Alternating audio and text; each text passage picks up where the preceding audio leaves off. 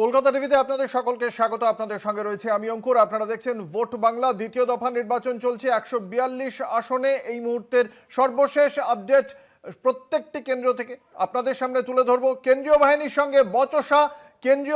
সঙ্গে বচসা বিজেপি প্রার্থীর। কেন্দ্রীয় বাহিনীর নিষ্ক্রিয়তার অভিযোগ।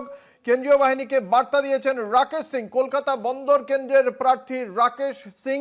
তার সঙ্গে কেন্দ্রীয় বাহিনীর বচসা, সেই ছবি আপনারা এই মুহূর্তে দেখতে পাচ্ছেন কলকাতা টিভির পর্দায়।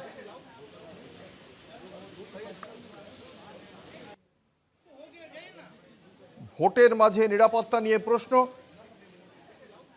এই কেন্দ্রে তৃণমূল কংগ্রেসের প্রার্থী রাজ্যের বিদায়ী মন্ত্রী ফিরহাদ হাকিম, অন্যদিকে বামেদের প্রার্থী ফয়াজ খান, কংগ্রেসের প্রার্থী আকিব গুলজার।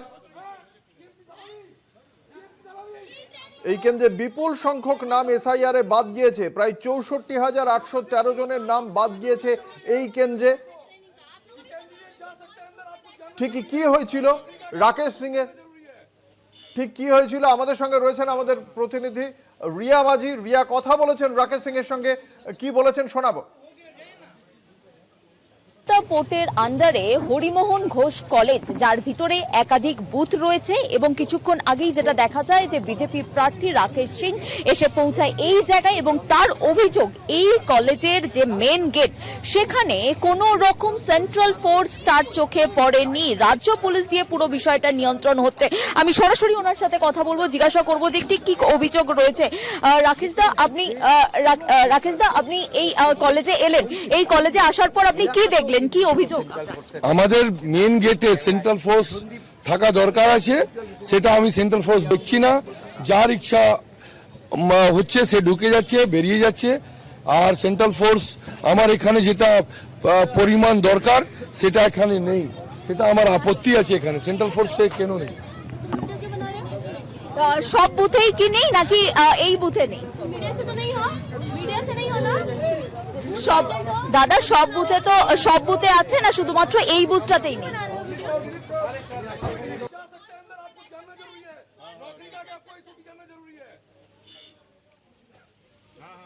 কিনা পোলিং এজেন্ট একটু দেখানোর চেষ্টা করব, যে পোলিং এজেন্ট একটু কার্ডটা দেখানোর চেষ্টা করব। একটা 158 Kolkata port entry pass of polling agent, তিনি একাধিক ভিডিও করছেন এবং একাধিক ভিডিও করছেন।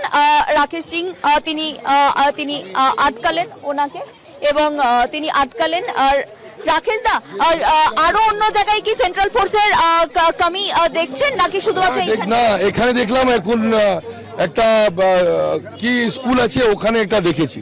সেন্ট্রাল ফোর্স যে নেই, এটা নিয়ে আপনি অভিযোগ করেছেন? হ্যাঁ, অভিযোগ করেছি, লিখিত অভিযোগ করেছি, ফোনেও বলেছি। সেটা উনি বলেছেন লোকেশন পাঠাতে জন্য।